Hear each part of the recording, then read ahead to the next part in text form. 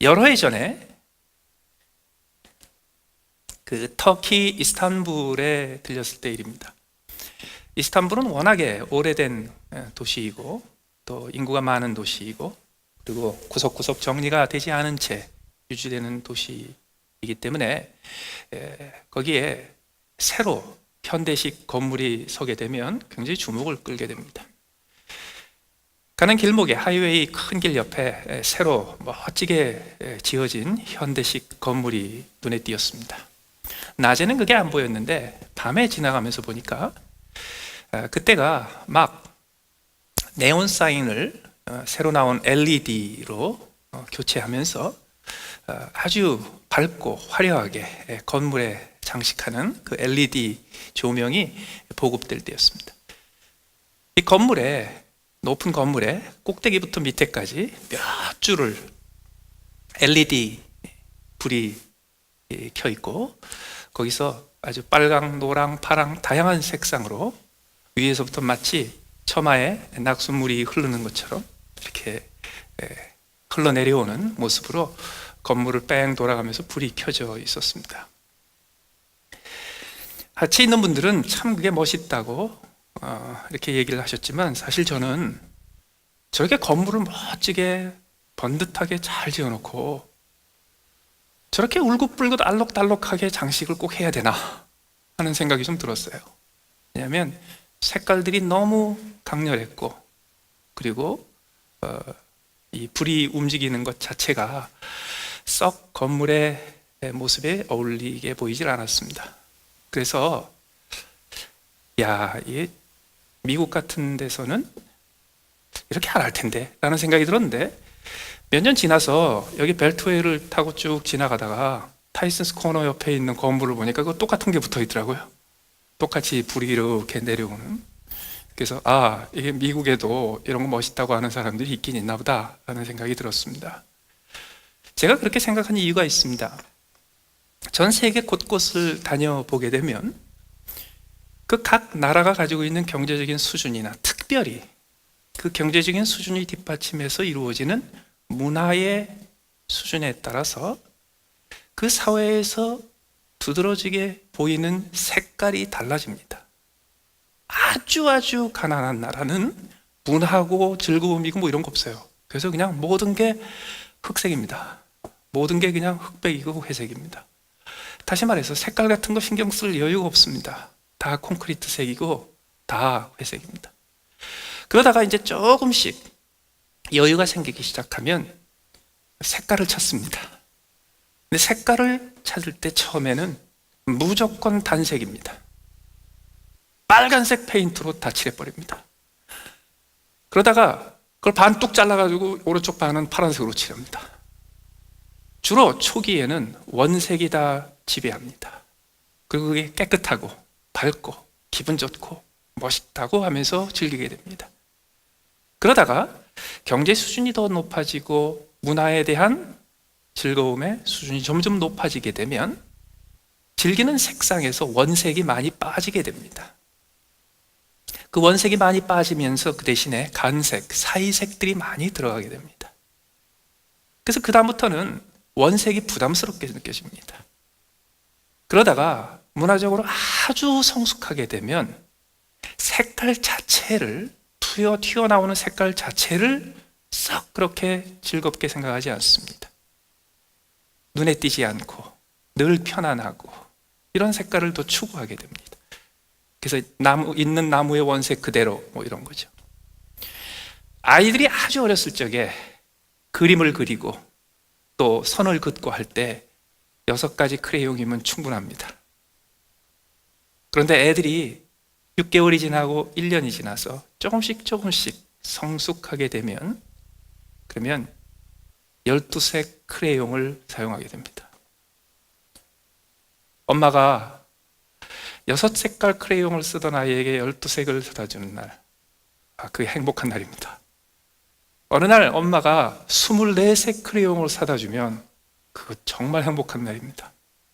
저도 기억합니다. 저 어렸을 적에 48색 크레파스 한 박스 받았을 때 얼마나 기뻤는지. 48가지 색깔이 들어있는 크레파스, 크레용.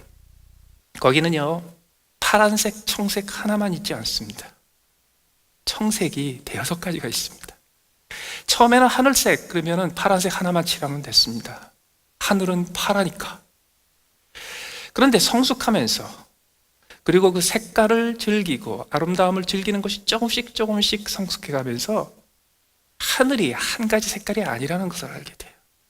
그래서 그 다음부터는요, 같은 파란색이 다 같은 파란색이 아닙니다. 그 다음부터는 감청색과 군청색이 전혀 다른 색깔이라는 것을 알게 됩니다.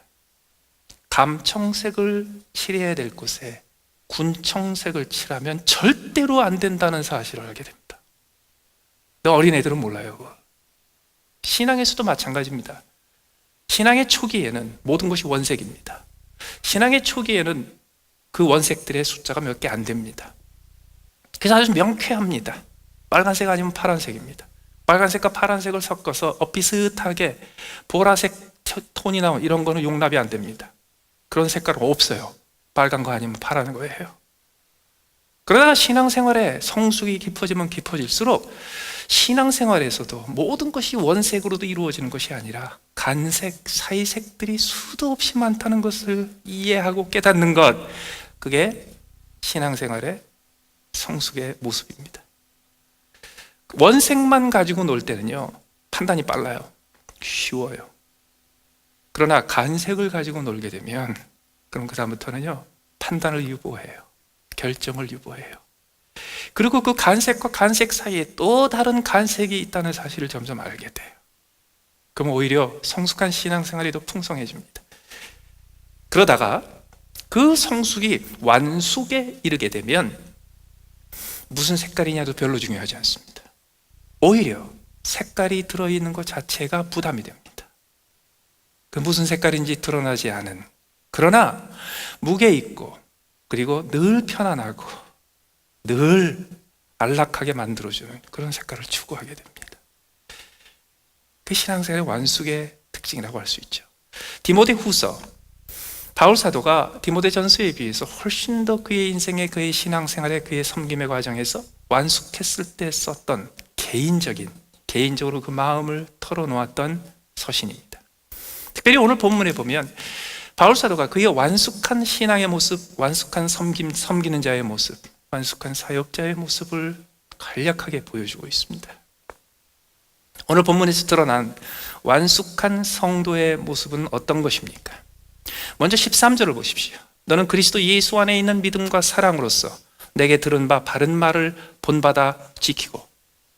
신앙생활은 크게 두 가지로 이루어집니다. 첫째는 주님의 말씀에 순종하는 겁니다. 주님의 말씀을 실천하는 겁니다. 주님의 말씀을 본받고 지키는 겁니다. 그걸 먼저 13절에서 강조를 합니다. 특히 그 말씀을 본받아 지키기 위해서 필요한 게 있어요. 지식만 있어서는 안 돼요. 이해만 해서는 안 돼요. 예수 그리스도 안에 믿음이 있어야 되고 예수 그리스도를 향한 사랑이 있어야 그 말씀을 본받고 지키는 동기가 생기게 됩니다. 그래서 첫 번째는 예수님의 말씀, 하나님의 말씀을 지키는 영역입니다. 두 번째로 14절에 우리 안에 거하시는 성령으로 말미암아 내게 부탁한 아름다운 것을 지키라. 여기서 내게 부탁한, 원어의 표현대로 하자면 내 안에 담아둔 아름다운 것, 그것은 우리가 지난번에 살펴본 대로 그 앞에 나오는 하나님의 은사입니다.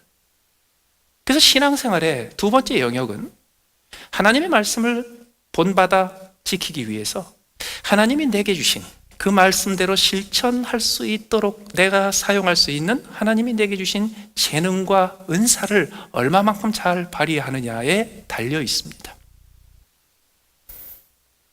특별히 우리는 우리 안에 있는 은사를 오늘 본문에 보면 지키라라고 되어 있어요. 열심히 써라, 열심히 활용하라가 아니고 지키라, guard라고 되어 있어요.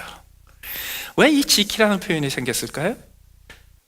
여러분, 우리는 하나님이 우리에게 주신 그 은사를 개발하고 키우고 뭐 이럴 필요가 없어요. 왜냐하면 하나님이 주신 은사 자체가 너무너무도 귀해요.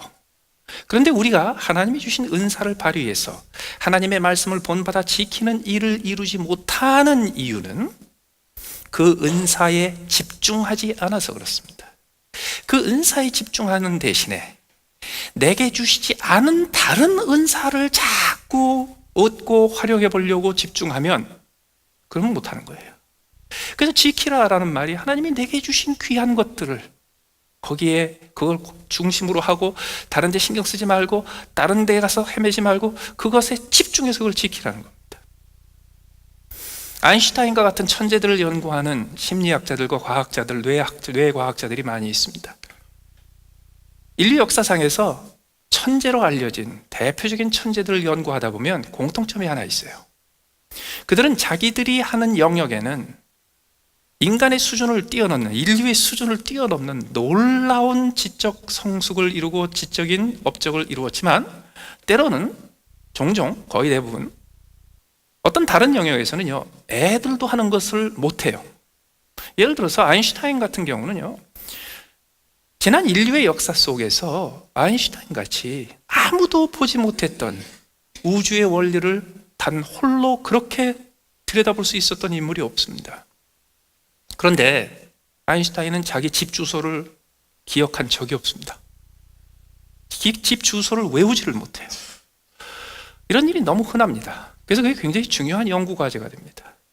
왜 그런 일이 벌어지나? 뇌가 어떻게 생겼길래 그렇게 버냐? 근데 저는요 굉장히 쉽다고 생각해요. 그 이유가 아인슈타인은 정말 모든 평균 일반적인 사람들보다 100배로 머리가 좋아서 그렇게 위대한 일을 이룬 거라고 생각하지 않습니다. 인간은요 약간의 차이만 있을 뿐이지 하나님이 우리의 뇌에 담아주신 지적인 능력은 써도 다 못할 만큼 무한합니다. 물론 아인슈타인 같은 사람은 우리 같은 평범한 사람에 비해서 조금 더 낫죠. 그런데 조금 더 나은 능력을 가지고 몇백 배의 결과를 만들어내는 것은 어떻게 가능합니까? 이유가 있어요. 집중하기 때문에 그래요. 남들은 하루 종일 100가지, 200가지 생각을 하면서 사는데요. 이 사람은 20년, 30년, 40년 동안에 오직 한 가지만 생각해요. 시간은 무엇인가? 공간은 어떻게 되는가? 시간과 공간과 중력과 물체는 어떻게 연결되어 있는가? 그거 하나만 집중적으로 생각해요. 그리고 그 하나에 집중하기 위해서 어떻게 하는지 아세요? 머릿속으로 들어오는 또 다른 생각들을 재빨리 없애버려요. 아니, 우리 집 주소가 뭐였지? 301호였어. 그렇지. 내가 왜 그걸 잊어버렸어? 그래서 301호에 가서 내 집을 딱 찾고 나서는요, 그다음부터 빨리 그걸 잊어버려요. 그래야 그에게 부탁한 아름다운 것을 지킬 수 있으니까. 그게 오늘 말씀이에요. 자, 그런데 하나님의 말씀을 본받아 지키고 하나님께서 우리에게 부탁하시고 하나님이 우리에게 담아주신 그 귀한 것을 잘 지켜서 하나님의 뜻을 올바로 이루어 하나님의 칭찬받는 종이 되었을 때 이 사람이 하나님의 말씀을 제대로 지켰다, 그리고 하나님이 주신 그 모든 것들을 발휘해서 하나님이 기대하시는 대로 원하시는 것을 다 이룬 성숙한 사람이라는 것을 어떻게 알 수 있습니까? 원색으로 얘기하자면요 쉽게 답이 나옵니다. 성경을 많이 아는 사람, 성경 구절을 많이 외우는 사람, 성경을 잘 가르치는 사람. 실제로 디모데전서에 보면 디모데에게 바울이 편지를 썼을 때 인사말 딱 끝나자마자 그 다음에 무슨 얘기했는지 아세요? 너는 다른 교훈을 가르치는 사람들을 적당하게 감독해라. 바른 교훈을 가르치는 게 중요하다. 너는 틀린 교리를 가르치는 사람들을 훈계해라. 그게 처음에 등장하는 주제였습니다. 틀렸나 맞았나, 이것이 신학적으로 온전한가 아닌가, 이런 게 굉장히 중요하단 말이죠, 어렸을 때는.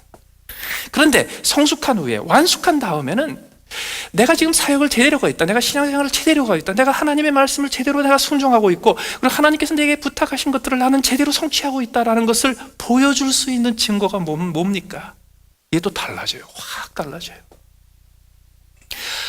어떤 학생이 대학을 마치자 말자 군대를 갔습니다. 신병 훈련을 다 마쳤습니다. 자대에 배치가 됐습니다. 그래서 2등병을 딱 달고 그리고 도착을 딱 했는데, 자대 배치됐을 때 2등병들이 딱 첫 번째 왔을 때요, 선임병들이 1년, 2년, 3년씩 먼저 있던 선임병들이 이제 군기 잡기 위해서 첫날 걔네들한테 줄을 세워놓고 조금 힘든 시간을 갖게 합니다.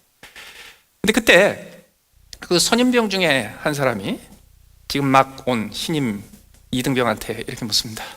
너 대학 나왔어? 예. 나는 고등학교밖에 못 나왔어. 너 어느 대학 나왔어? 어떤 대학 나왔습니다. 인류대학 나왔네. 너 아주 똑똑하고 머리가 좋겠네. 너 뭐 전공이야? 영어 영문학과 나왔습니다. 그러면 영어 잘하겠네. 한 가지 물어보자. 코딱지를 영어로 뭐라 그러냐? 코딱지를 영어로 뭐라 그러는지를 모르는 거예요. 한 번도 코딱지를 사전에서 찾아본 적이 없는 거예요. 영어 영문학과 졸업생. 영어 영문학과를 공부하는데 뭐 하려고 코딱지를 딱 찾습니까? 셰익스피어를 공부하고 뭐 T.S. 엘리엇을 공부하고 이런 걸 다 해도 말이죠, 거기 코딱지 안 나와요. 그래서 코딱지가 뭔지를 몰랐던 거예요. 그러니까 그 선임병이 하는 얘기가, 아니 4년 동안 영어를 공부해서 영어 영문학과를 나왔던 놈이 코딱지를 몰라? 이거 거짓말 아니야? 그래가지고 거기서 죽도록 좁혔다래요. 때로는요, 영어 실력을 확인하기 위해서 셰익스피어의 또는 중세의 영어가 어떤 역할을 했는지, 뭐 이런 논문을 어떤 걸 썼냐, 이런 걸 아는 것도 중요하지만은요, 아주 단순한 질문, 영어 ABC도 제대로 끝까지 못하는 사람도 얼마든지 써먹을 수 있는 단순한 질문 하나, 코딱지가 뭐야? 이거 가지고 실력 평가가 끝날 때가 있습니다. 물론 코딱지가 뭔지를 알았다고 해서 영어를 잘하는 건 절대로 아닙니다. 그 선임병은 하여튼 대학 나온 애들한테 신임이 올 때마다 써먹었을 거예요, 그거. 그래서 그 선임병은 아마 코딱지라는 단어는 확실히 알 겁니다. 나머지는 하나도 몰라도. 그 코딱지라는 단어 하나 안다고 영어 잘하는 건 절대로 아닙니다. 그러나 종종 한참 공부하고 한참 연마한 후에 내가 제대로 됐나 안 됐나를 평가하는 거는요, 아주 어처구니 없는 단순한 질문이에요. 도대체 바울 사도가 그의 인생의 말기에, 그의 사역에 정리하는 시기에, 그의 신앙생활의 완숙기에 그가 내세웠던 하나님의 말씀을 지키고 하나님께서 부탁하신 그 모든 것들을 제대로 지켜 행하는 것을 평가할 수 있는 기준이 뭐냔 말이죠. 이렇게 요약해 드립니다. 하나님께서 내 평생 나에게 맡겨주신 10명 채 안 되는 사람들을 내가 끝까지 지켰느냐 하는 겁니다. 몇백 명 아니에요. 몇천 명 아니에요. 페이스북 프렌즈로 등록한 수십 명, 수백 명도 아니에요. 하나님께서 내게 맡겨주신 10명 안팎의 사람들을 내가 끝까지 지켰느냐 하는 거예요. 여러분, 우리 주변에 수많은 사람들 몰려다니지만요, 하나님 우리에게 책임을 묻는 것은요, 내가 섬겨야 될 10명 이내의 사람과, 그리고 나를 따르고자 하는 10명 이내의 사람, 그밖에 없어요. 왜 그렇습니까? 오늘 15절에 보십시오. 아시아에 있는 모든 사람이 나를 버린 이 일을 내가 안 하니. 여러분, 바울이 이런 얘기를 했다는 게 상상이 되십니까? 아시아는 한 도시를 말하지 않습니다. 지금의 터키의 동부 지역 대부분을 말합니다. 거대한 땅입니다. 거기에 도시와 그리고 촌락들이 수백 개가 있는 곳입니다. 거기에 바울 사도가 세운 교회들이 수십 개 아니 수백 개가 있을지 모릅니다. 그 아시아 전역에 있는 모든 사람이 나를 버렸다라고 얘기해요. 그게 지금 바울의 상태예요.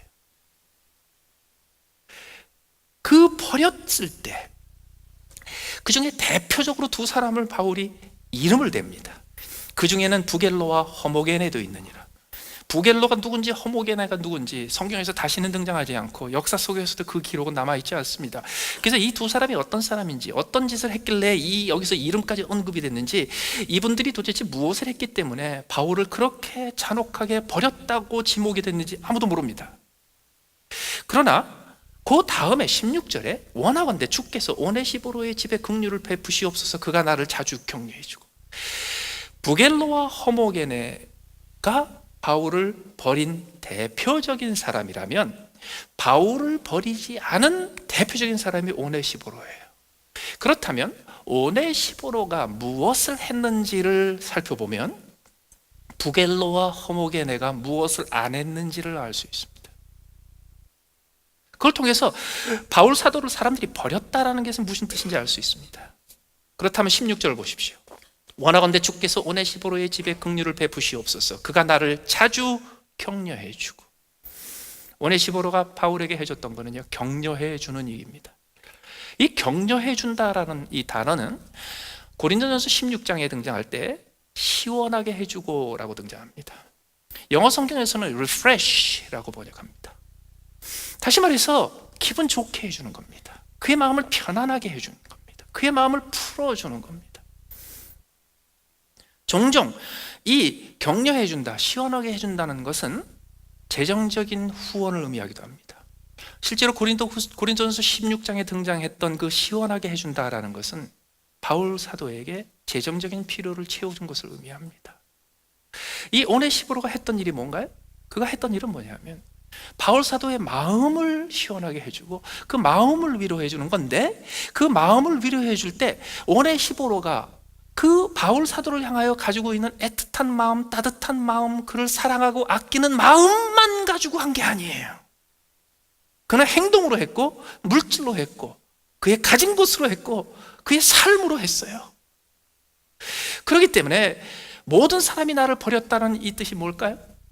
여러분, 아시아에 있는 그 사람들은요, 대부분 바울 사도가 직접 전도해서 예수를 믿은 사람이거나 아니면 바울 사도와 개인적으로 한 번 이상 성경 공부를 하고 지도를 받았던 사람들일 것입니다.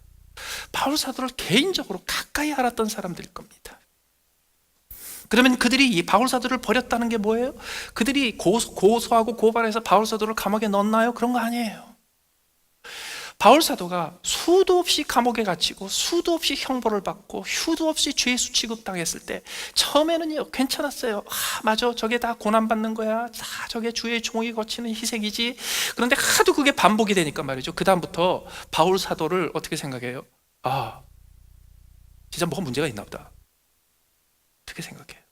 그런데 그 가운데 대부분의 사람들은요, 그걸 통해서 바울 사도를 정죄하지는 않지만 한편 마음으로 안타까워만 해요. 마음으로 안 됐다라고만 생각해. 오네시보로는 그게 아니었어요. 쫓아갔어요. 행동으로 보였어요. 어떻게? 내가 사슬에 매인 것을 부끄러워하지 아니하고. 오네시보로가 했던 거는요, 바울 사도에게 나는 당신이 부끄럽지 않습니다라는 걸 보여준 겁니다. 많은 사람들이 바울 사도를 부끄러워했다는 거예요. 바울 사도를 직접 해코지한 것도 아니고, 바울 사도를 직접 욕한 것도 아니고, 바울 사도를 직접 정죄한 것도 아니에요. 그런데도 불구하고 바울 사도들이 그 모든 사람들이 나를 버렸다고 하는 이유가 뭐예요? 그 모든 사람들이 바울 사도를 부끄러워했어요. 그래서 그 다음에 어떻게 해요? 안 봐요, 바울 사도를. 한국에서 TV와 신문 뉴스를 그래도 착실하게 챙기는 사람들이라면 누구나가 다 놓치지 않고 볼 수 있게 조금 유명한 스캔들이 벌어졌던 목사님이 저한테 개인적으로 전화를 해서 여러 시간 통화를 한 적이 있습니다. 정말 그분의 인생에 가장 어려웠을 때, 그때 여러 시간 통화 내용의 대부분이 뭐였는지 아세요? 장 목사, 내 곁에 아무도 없다. 선배도 없고 멘토도 없고 후배도 없고 스승도 없고 친구도 없고 아무도 내 곁에는 없다. 목사님, 그분은 그럴 만한 짓을 했으니까 그렇죠. 근데 바울 사도는 왜 그래?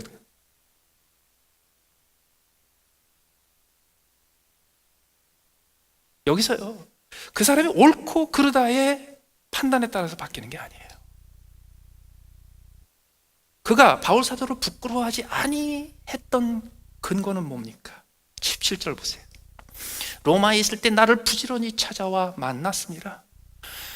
밑에 나오는 걸 보면 그는 에베소에 있었던 사람인 것 같아요. 지금의 터키의 서부 지역입니다. 거기서 로마가 가까운 데가 아닙니다. 바울 사도가 이제는 보통 카운티 프리즌도 아니고 시티 프리즌도 아니고 이제 연방정부 감옥에 갇혀있다, 이 소식을 듣고 이분은 마음이 안타까운 마음, 그를 사랑하는 마음을 가지고 안타까워만 하고 있지 않았어요. 찾아갔어요.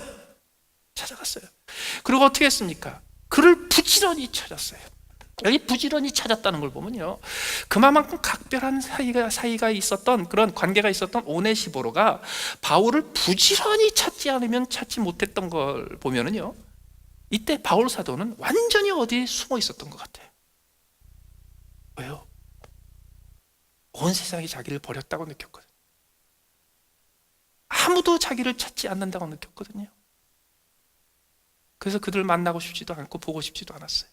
모든 연락을 끊고 그냥 아무도 찾을 수 없는 곳에 숨어버렸어요. 그거를 이 오네시보로가 찾아와서 찾고 수소문해서 바울 사도를 찾은 거예요.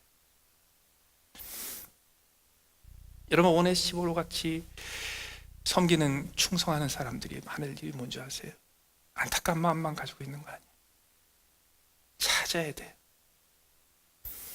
옛날에 내가 가지고 있었던 전화번호가 불통이면요, 새로 전화번호가 뭔지를 뒤져서 찾아야 돼요. 그분이, 아니면 그 형제가 지금 어디 있는지를 들이들이 수소문으로 해서 찾아야 돼. 찾아서 뭐 하게? 만나야 돼요. 만나야 돼요. 멀리 있으면서 마음의 안타까운 몸을 가지고 기도, 이거 가지고 안 된다는 거예요.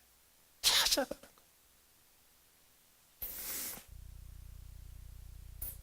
그 오네시보로에게 축복이 보장이 됩니다. 두 가지가 있습니다.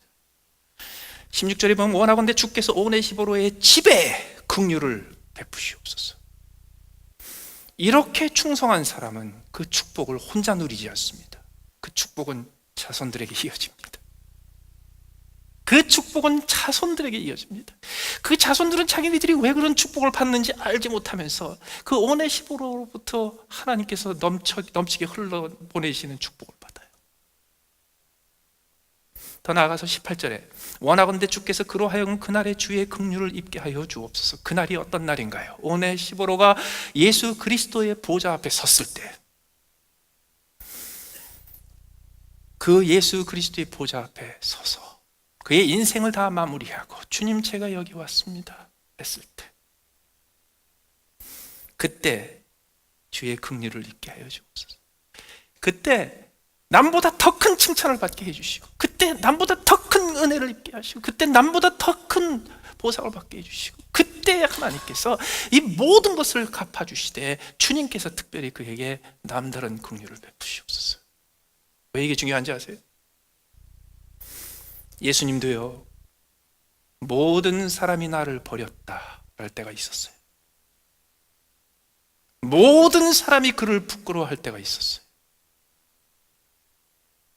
유다처럼 직접 예수님을 죽음으로 몰아서기 위해서 팔아먹은 사람도 있지만, 성경은 종종 유다의 범죄보다 3번에 걸쳐서, 한 번 예수를 판 유다의 범죄보다 3번에 걸쳐서 예수를 그저 부끄러워했던 베드로의 부인을 더 심각하게 다뤄요. 그거를 몸소 겪으신 분이세요. 그래서 모든 사람이 나를 버렸다라는 바울의 심정을 누구보다 잘 아세요. 그때 마지막 내가 붙잡고 싶었던 그 베드로조차도 나를 부끄러워하고 나를 부인했다는 그 경험을 생생하게 갖고 있는 분. 오네시보로가 그 앞에 섰을 때 그에게 어떤 긍휼을 베푸시겠어요? 그 다음에 바울 사도는요, 바울 사도가 굉장히 늙었다는 걸 하나 드러냅니다. 원하건대 주께서 그로 하여금 그날의 주의 긍휼을 입게 하여 주옵소서. 그럼 여기까지 하면요, 이 흐름에 따라서 13절부터 18절까지 다 얘기가 끝납니다. 그런데 뒤에 툭 한마디가 더 나와. 또 그가 에베소에서 많이 봉사한 것을 내가 잘 아느니라. 갑자기 에베소 얘기가. 나이 들어서 조금 왔다 갔다 해서 그러셔요. 마지막에 이게 나온 건 뭐냐면요, 주께서 그 마지막 날 하나님 앞에 섰을 때, 주 앞에 오네시보로가 섰을 때 하나님께서 큰 상급을 주실 거야. 그런데 문득 무슨 생각이 들었냐면, 근데 오네시보로가 요번에 로마에까지 나를 찾아와서 나를 격려해주고 내 마음을 시원해준 게 이게 처음이 아니야. 오래전에 에베소에서 처음 교회를 개척하고 처음 전도를 하면서 처음 말씀을 가르치는 그때부터 오네시보로는 항상 나한테 이렇게 해줬어. 그래서 굉장히 중요한 교훈이 하나 있습니다. 오네시보로가 바울을 부끄럽게 여기지 않고 바울을 버리지 않고 그를 부지런히 찾아와 만났던 이유는 오네시보로의 판단에 의하여 바울 사도가 옳고 정당하고 바울 사도가 합당하기 때문이 아니었어요. 오네시보로에게는 그런 게 하나도 중요하지 않았어요. 오네시보로에게는요, 바울 사도는 자기가 끝까지 챙겨야 될 사람이었던 거예요.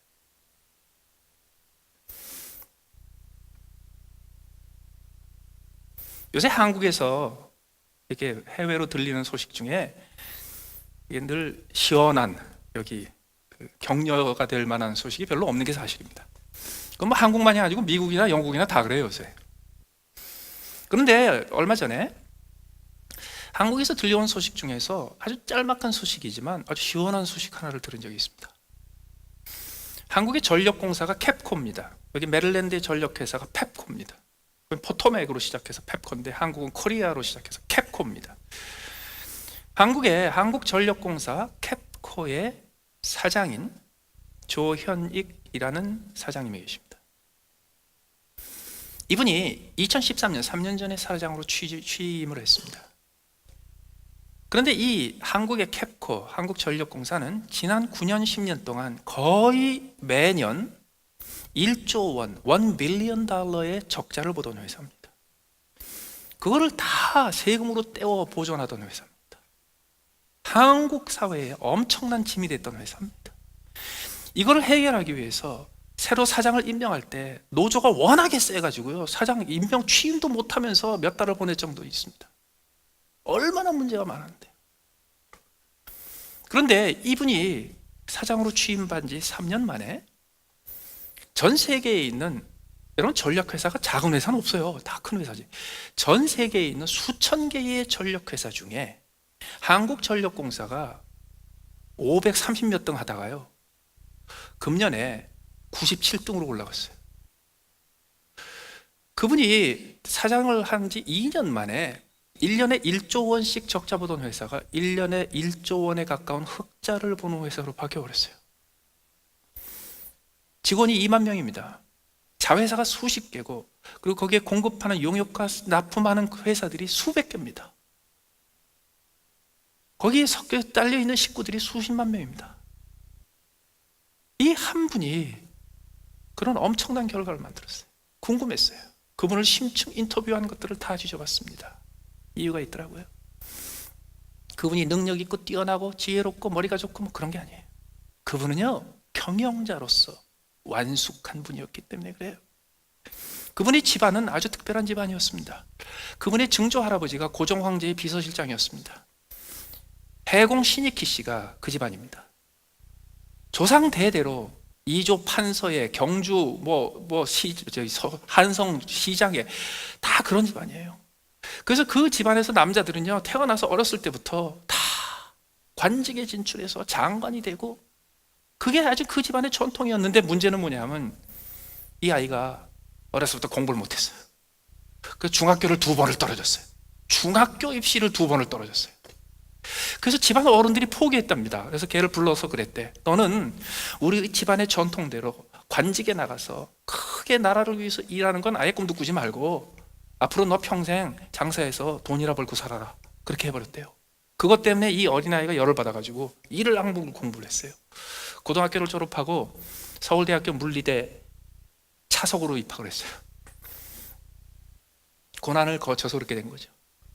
정치학과 들어갔어요. 정치학과 들어가가지고 데모만 열심히 하다가 결국은 졸업할 때가 됐는데요, 아무 데도 취직할 데가 없어요. 아무 데도 취직할 데가 없는데 정치학과 졸업한 학생을 받아주는 데가 딱 하나 있었대요. 농협에다가 원서를 냈는데 그나마도 떨어졌대요. 그래서 취직할 길이 없어가지고서 행정고시를 보기로 작정을 했어요. 행정고시를 봤는데 2번을 떨어졌어요. 3번째를 봤는데 떨어지는 게 당연할 것 같아서 안 보러 갔대요. 그래서 친구가 갔다 오더니 야, 너 붙었다 그러더래요. 그래서 가서 보니까 커트라인이 56점인데 자기가 56점이더래. 꼴찌로 붙었대요. 그래가지고 공무원이 됐어요. 그런데 공무원이 되고 나서 다시 이를 악물고 일을 열심히 했어요. 26년 후에 산업자원부 차관으로 은퇴했습니다. 문제는 또 뭐가 있었냐면, 차관으로 은퇴했는데 은퇴한 고위 공무원들한테 국가가 관리하는 공공기업의 사장으로 보낸단 말이죠. 차관으로 있다가 은퇴했으니까 꽤 큰 회사로 보냈을 거 아니에요? 20명 직원이 있는 조그마한 회사로 보냈어요. 과장급, 국장급이 회사 사장으로 가는 곳에 차관급이 간 거예요. 그것도 물 먹은 거죠. 그때 결심을 했습니다. 내가 실력을 키워야 된다. 그때부터 수백, 수천 권의 책을 읽기 시작했습니다. 그때부터 글 쓰는 연습을 하기 시작했습니다. 그때부터 오라는 데는 없어도 가면서 강의하는 법을 훈련을 하고 연설하는 법을 훈련을 하면서 갈고 닦았습니다. 그 회사가 20명으로 시작했던 회사가 2, 3년 만에 100명의 직원으로 늘어나고 매출이 수십 배로 늘어나는 결과를 만들었습니다. 그 이후에 한국이 경제적으로 무역에 있어서 가장 어려웠을 때 무역공사 코트라의 사장이 됐습니다. 가장 어려웠을 때 가장 큰 실적을 내는 코트라의 사장이 됐습니다. 그러자 정부에서 가장 골치 아픈 공기업인 한국전력 사장으로 보낸 거예요. 이거는요, 능력이 아니에요, 실력이 아니에요, 머리 좋은 게 아니에요. 인생에서 성숙과 완숙의 과정을 거쳐서 숙성하고 완숙된 사람이었기 때문에 가능했던 거예요. 그분한테 물었습니다. 당신이 가장 소중하게 여기는 경영 기법, 가장 중요한 경영의 원칙이 무엇입니까? 그분이 이렇게 얘기합니다. 20명 조직이건 2만 명 조직이건 상관이 없습니다. 나는 어디 가든지 내 곁에 10명의 핵심 인재들을 모으고 그 10명의 핵심 인재들을 잘 활용하는 것이 모든 것을 해결합니다. 그런데 그 10명의 핵심 인재는 631 법칙을 따릅니다. 첫째, 10명 중에 6명은 자기의 분야에서 최고로 실력 있는 사람이어야 합니다. 10명 중에 3명은 능력을 좀 떨어질지라도 함께 일하는 사람들을 즐겁게 해주는 사람이어야 합니다. 그런데 마지막 1명은 충성된 사람이어야 합니다. 능력은 없을지 몰라도, 머리는 좀 떨어질지 몰라도, 사람들을 즐겁게 해주는데 좀 둔한, 아둔한 사람일지 몰라도 충성된 사람 한 사람이 필요합니다. 그 충성된 사람은 내가 무슨 행동을 하고 무슨 말을 하고 그 앞에서 인간을 모욕할 만한 그런 욕을 해대면서 나의 속에 있는 울분과 화풀이를 다 털어놓아도 절대로 나를 떠나지 않을 사람 한 사람이 필요합니다. 그러나 조직 전체의 가장 큰 생산성은 그 한 사람한테서 나옵니다. 완숙한 사람만이 할 수 있는 말입니다. 완숙하지 않은 능력 있는 경영자들은요, 이렇게 얘기합니다. 10명의 능력 있는 사람들로 당신을 둘러싸게 하십시오. 조금 인생을 맛본 사람은 이렇게 얘기합니다. 능력보다 더 중요한 게 있습니다. 인화가 중요하고 화합이 중요하고 팀워크가 더 중요합니다. 그래서 능력은 조금 떨어질지라도 서로를 아껴줄 수 있고 서로를 즐겁게 해줄 수 있는 사람이 훨씬 더 중요합니다. 이분이 뭐라고 하는지 아세요? 그들보다 더 소중한 한 사람이 필요해요. 욕을 먹더라도 실망하지 않고, 나에게 화풀이를 온통 다 해도 절대로 떠나지 않고, 무슨 일이 있어도 그 곁을 지켜줄 수 있는 한 사람. 여러분, 하나님 나라에서 능력 있는 자로 시작하셨어요. 조금 더 성숙해서 능력은 좀 부족해도 사람들을 즐겁게 해줄 수 있는 사람이 되어야 돼요. 그러나 그 성숙에서 더 나아가 완숙의 단계로 들어가려면 능력은 부족해도, 지혜는 부족해도, 인간관계는 좀 부족해도 내게 맡긴 한 사람을 끝까지 떠나지 않고 지키는 거예요. 설령 그가 나한테 섭섭하게 하고 나한테 욕을 하고 나한테 온갖 화풀이를 다 하고 나한테 온갖 블레임을 다 해도 그를 떠나지 못하는 그 한 사람이 되는 것.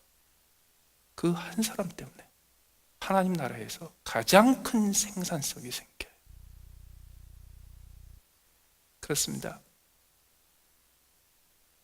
우리 주변에 있는 몇 명으로 모든 것이 끝납니다.